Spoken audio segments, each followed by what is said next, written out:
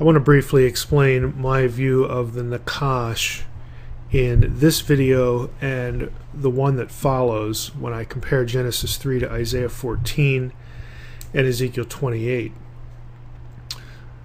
Briefly stated, what I think happened in the garden was that a divine being, not a true member of the animal kingdom, that was associated with the divine council in some way, freely chose to oppose God's plan for humanity by prompting humanity to disobey God so that they would be either killed or removed from God's counsel and family. Of course, I'm assuming a little bit in this video and the next that you understand that Eden is described in ways that are later used for the tabernacle and the temple. It's the dwelling place of God, and where God is, that is where the divine counsel is. That's the consistent Old Testament theological view. God's home is also God's headquarters for running the cosmos, as it were. And it was very common in the ancient Near East to describe the divine dwelling and the divine council headquarters as a lush, luxuriant garden like Eden, or a majestic mountain. The choice for the two options are in a culture that is accustomed to desert living and subsistence living. Surely the gods must live at the best place, the place of the most abundance, where there's never a concern for water or for food or anything like that. Just a perpetual oasis. And that's why the garden imagery was chosen for the divine dwelling. The mountain would appeal to them because it was high to the sky. It was remote from human existence. It wasn't like today where you had people that had equipment and that would be able to scale mountains or even be interested in doing so. Mountains were where the gods lived. They were removed from the normal human habitation. And so both of these images are used to describe the dwelling place of God, the abode of God, or the gods of the council. And really it's 6 of one and half a dozen of another. So this is what Eden is about. If you want more on that, you could take the course on Old Testament cosmology. So further, again, I don't believe, again, this was a normal member of the animal kingdom. I think it was a divine being, perhaps masquerading as an animal or taking some sort of serpentine form, who misleads humanity and causes their mortality, their loss of immortality in the garden. My major point, 2 points, are divine being, not a normal member of the animal kingdom. There are a number of things in the narrative that would tell us this is not just an animal, member of the animal kingdom. Talking, the comment about being smarter, than any other. Animals don't have sentience. They don't have calculating brains that they could do math equations or something like that. They have instinct, and they do learn. They have intelligence, but there's no way that you could measure one's intelligence over the other. Of course, to the point of being able to concoct this sort of plan and of course speak. Okay, we clearly are not dealing with a member of the animal kingdom. It's some sort of divine being. So, the word for that being, that figure in the garden, is Nakash. What I think is going on here is a triple entendre. Nakash, as far as the root of the term, the 3 consonants, nun, chet, and shin in the Hebrew word, these 3 consonants are the root of a noun, a verb, and an adjective in Hebrew. If we take Nakash as the noun, pointing to the noun, that would be the word for serpent. And of course, this is how all the translations go. It's perfectly understandable. There's nothing wrong with it. What my view says is what's wrong with it is assuming it's a member of the animal kingdom. So Nachash could be serpent as a noun. Verbally, the verb means to deceive or practice divination, or deception through divination. So Nachash here could speak of or describe or imply a deceiver, or again, some sort of being that had divine knowledge, and of course in the story uses that knowledge to manipulate humanity. Well, again, this certainly fits the story. Now, these two options, many commentators will notice, but somehow they still want to gravitate toward a member of the animal kingdom. I don't understand the thinking behind that, but at least they notice these two items. The third gets neglected. If you're thinking of how this root is used adjectively, or an alternative noun, it means bronzish or bronze, brazen, shining, okay, is the point. Brass shines. That's why it's attractive. So if you take Nachash, and specifically the Hebrew text has ha-Nachash here, it has the definite article, the term would mean the shining one. And I think that needs to be factored into the discussion of Nachash in Genesis 3, because shining or luminosity is a quality that is frequently applied to divine beings in the Hebrew Bible and lots of other places in the ancient Near East. So this is why I say we have a triple entendre going on. We have some sort of being either manifesting as a serpent or a serpentine creature, but it's not a creature, it's not a member of the animal kingdom, it's a divine being who is luminous, shining, and has special divine knowledge and deceives humanity. Again, when I explain it that way, I think you're going to think, well, that sounds kind of normal. Well, and it is. I'm not saying anything that's just really odd or off the beaten path. What I'm trying to get, though, is I'm trying to factor in this luminosity idea, because that is intimately associated with a divine being and not a member of the animal kingdom.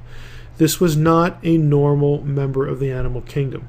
And I would say the fact that it speaks to Eve, the Nachash speaks to her, and she responds, would tell us that we don't even really have a serpent here, but we have some sort of being that could be serpentine. That was the way it appeared to the eye of Adam and Eve.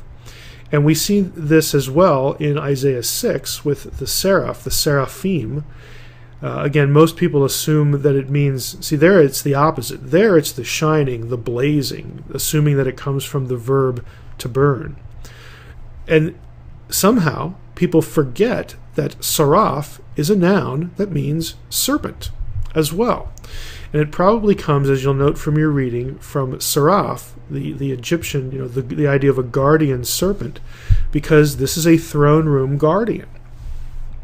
It's the Egyptian equivalent, the Egyptian pictorial iconographic equivalent to the cherub, the cherubim, which were Assyrian or Phoenician throne guardians. That sort of thing.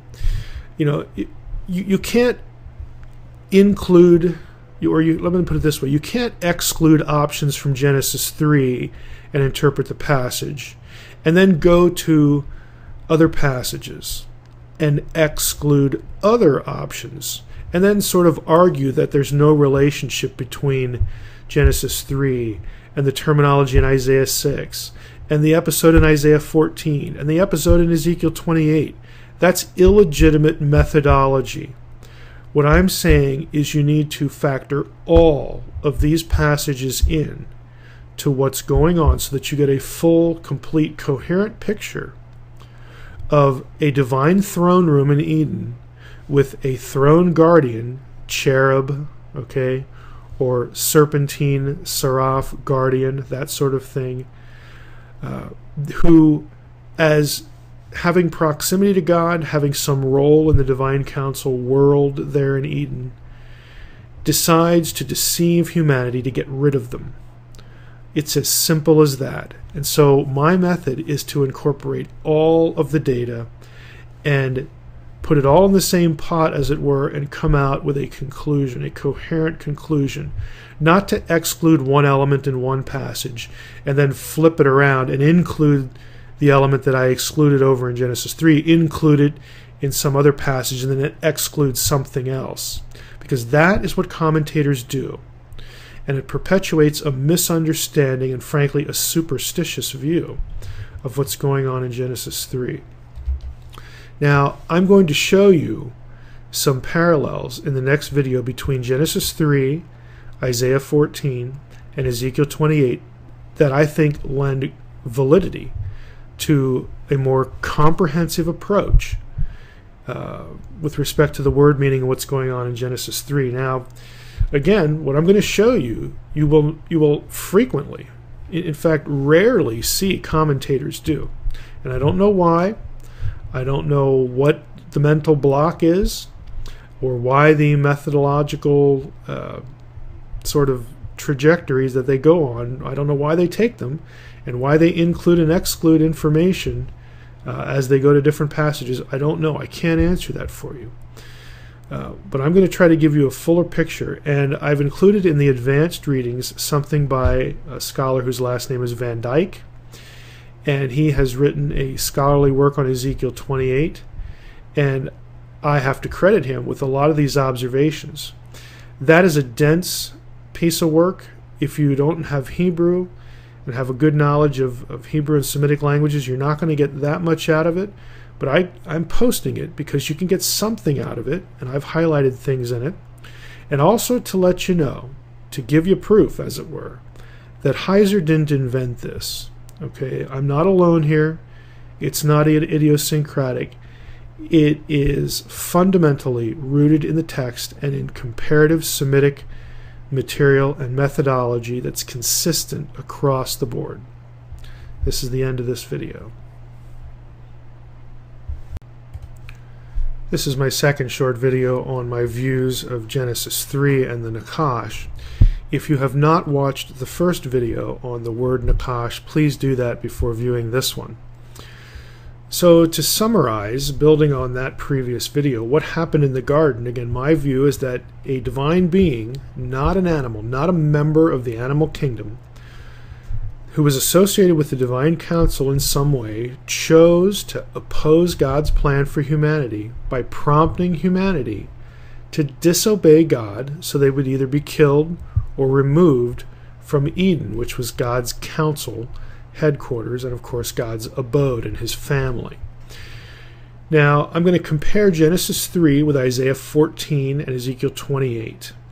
And this comparison, I believe, will bolster what the content that I gave you in the previous video about the meaning of the word Nakash as essentially a serpentine being, again, not a true member of the animal kingdom, who had, again, special knowledge, was lifted up in pride, and basically wanted to run the show, wanted to preempt God's plan and overturn it, substituting what he wanted to be done, which meant getting rid of humanity. And that this being is described also with luminosity, okay, that he was a shining being. There are several indications just in the word Nakash that we're dealing with a divine being. And there are going to be some indications between these three passages that reinforce the point that we are in the divine council setting. We are dealing with a divine council member, not a member of the animal kingdom. So to summarize a little bit here first, so kind of telegraph where I'm going here, lead up to it anyway. Both of these passages, Ezekiel 28, 11 through 19, and Isaiah 14, 12 through 15, are about evil tyrant kings. Okay, one is the king of Babylon, the other one's the king of Tyre, whose pride is described in terms of an ancient story about a divine being who fell from paradise because of rebellion against a higher authority, against God. Now, this tale references Eden directly in Ezekiel's case. Eden is actually mentioned in Ezekiel 28, and indirectly, though I think clearly, in Isaiah's case. First set of comparisons, you'll notice we're comparing these three passages. In Genesis 3 we have the Nachash, which I suggest in the previous video can legitimately point to a shining one, because Nachash is the root, those consonants are the root of an alternative noun to serpent that means brass or bronze, and adjectively it has the quality of shining or luminosity. So I think I translated here shining one just to bring out the point that we're dealing with a divine being, because divine beings are frequently described as luminous, as shining. Okay? Ezekiel 28, we have a being that's described being adorned with precious stones. Now elsewhere, these sorts of jewels that are described in Ezekiel 28 describe the brightness of God's throne. So again, that's an indicator that we're dealing with a divine being, a special being here that has this luminous, brilliant quality. The being is called an anointed cherub, and I made the comment in the last video that cherub in Assyrian and Phoenician, and Ezekiel 28 has a Phoenician context, cherub is a throne guardian. But in Isaiah chapter 6, which we're not going to bring up specifically here, but I mentioned it in the last video, in Isaiah 6, the throne guardian is a seraph, the seraphim, which, yes, on one hand, the term could come from the verb meaning to burn or to blaze, but seraph is another Hebrew noun for serpent. These are serpentine beings, and this is the way the Egyptians, which Isaiah 6 has an Egyptian context to it, these are ways that throne guardians are described with Egyptian imagery, Egyptian iconography. So a seraph and a cherub, seraphim, cherubim, are really the same thing. It's just different terms because of different cultural and religious contexts that are the backdrop to the biblical usage. So Ezekiel 28, we have an anointed cherub. We have a throne guardian. Again, Mashiach is the noun. Mashach is the verb for to anoint. But even that term can come from a Semitic homonym, a word that's spelled the same but means something different. It has a Semitic homonym that means to shine. What a surprise. Okay, so we could actually have a shining cherub here. You can note further, there's a phrase, seal of perfection, in Ezekiel 28. It is Chotem Tachnit. Now, in Semitic, and Van Dyke, that elective, that advanced reading I mentioned in the earlier video, points out that in Semitic, at times the M at the end of a noun is silent, kind of like silent E on a lot of English words. It's called the enclitic mem. If that's the case here, and there are several others that occur in Ezekiel, all right, if that's the case here, then we don't have chotem, which is a signet ring or seal. We have chet vav tav, which means serpent. Okay, it's another word for serpent in Semitic languages. So we actually could translate this, and Van Dyke does, serpent of perfection. In Isaiah 14, our clue that we have the same sort of orientation is Helel ben Shachar in Isaiah 14:12. The term literally means the shining one, son of the dawn. This is the Hebrew term from which we get Lucifer. Lucifer is the Latin Vulgate translation of Hallel, shining, again, something luminous. Lucifer, of course, Latin. We don't, so Lucifer itself doesn't appear in the Bible. You would see it in a Latin translation like the Vulgate, but just so you know where the term comes from. It's a luminous being. So here we go again. Moving on, we have the figure in question in Eden, obviously in Genesis 3. He wants to deceive Adam and Eve. So, and he tells them, look, when you eat of the tree, you're not going to die. You're going to become like one of the Elohim. And we know that it's plural because in verse 22 of Genesis 3, God says, hey, Adam and Eve have now become like one of us.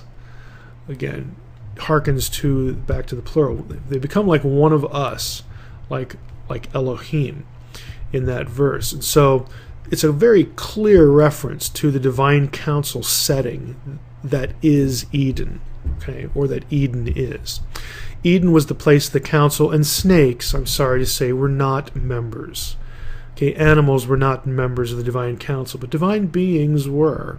And, as we just saw, sometimes those divine beings are described with serpentine imagery because they're throne guardians. Again, serpentine idea, seraphim. So, again, all of this should be sort of transparent, again, to someone who works in Semitic languages. I don't know why so many commentators just sort of don't see the links or refuse to see them. But I refer you to Van Dyke, which is admittedly technical, but again, I'm not making this up. It's not unique to me. Ezekiel 28 specifically references Eden and calls Eden both a garden, like Genesis 3, and a mountain. Again, you get both of the divine counsel, divine abode points of imagery in this chapter. So Eden is the holy mountain of God, and this anointed cherub, or this serpentine figure, walked among the stones of fire. Now, stones of fire in Eden is another indication of cosmic mountain, divine council imagery. You'll see that a little bit clearer in Enoch, which is later, but I would draw your attention to the description of fiery imagery on mountains. Again, stones, mountains are made of stone. That kind of imagery associated with Sinai, which was, again, where God dwelt. Again, these connections, these image connections, are not accidental. They're designed to situate the reader, to transport the reader mentally into the presence of God. So the cherub or serpent figure is, again, on the cosmic mountain in a divine council context, and this figure fancies himself as God, claims to be sitting in the seat of God or the gods, and even says in Ezekiel 28, I am a God, or I am God. Again, I refer to you to Van Dyke for a little bit of discussion there. So you clearly have a figure who's lower level, who considers himself in charge, or ought to be in charge, and that's going to be his downfall. We don't necessarily know how that manifests in Ezekiel 28. In Genesis 3, it manifests by interfering with God's plan, God's will for humanity. Over in Isaiah 14, Helel ben Shakar, the Shining One, is described as wanting to set his throne on the mountain of God, the mountain of the divine assembly. He says, I will set my throne above the stars of El. And we know from passages like Job 38 that the sons of God are described as the stars of God. Again, it's clearly divine council imagery. It's clearly describing a being who wants to usurp authority that does not rightfully belong to him. Genesis 3 continuing, we get the curse, the outcome of the rebellion.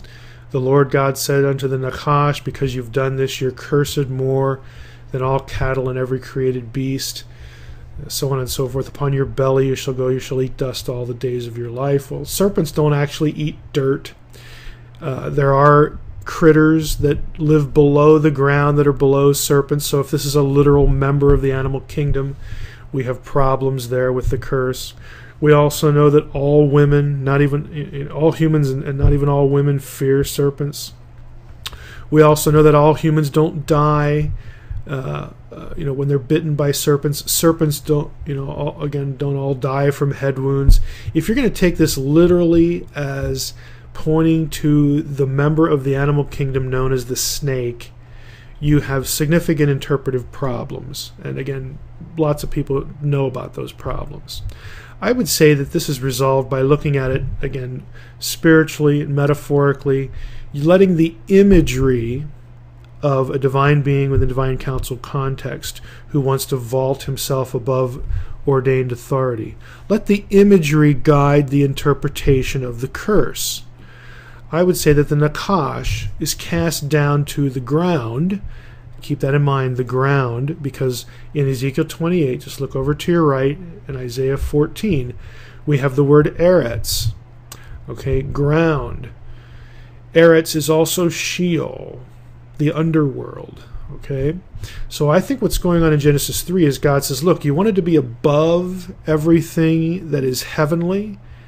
I'm going to put you below everything that is heavenly. And in fact, I'm going to put you on the ground where beasts can tread on you. And even more than that, I'm going to put you under the ground in Sheol, okay, the cosmic underworld. You will be beneath every creature because now your domain is the domain of death. This is what Sheol was, the underworld, was the place of the dead. You are now Lord of the dead. You're not going to be head of the council. You're Lord of the dead. And again, this imagery gets played out in other passages later in the Old Testament. Ezekiel 28, again, the point is that this cherub figure is kicked out of the council paradise, the council headquarters, sent to Sheol, sent to Eretz. Again, the term can mean underworld and does in other passages, and you have some references there. Isaiah 14, same thing. Sheol below was astir to greet your coming, rousing for you the Rephaim. The Rephaim, of course, denizens of Sheol in both Ugaritic literature and biblical material here. Again, it talks about how you're fallen from heaven, O shining one, son of the dawn. Verse 15, you're going to be brought down to Sheol, the bottom of the pit. You're cast down to the Eretz.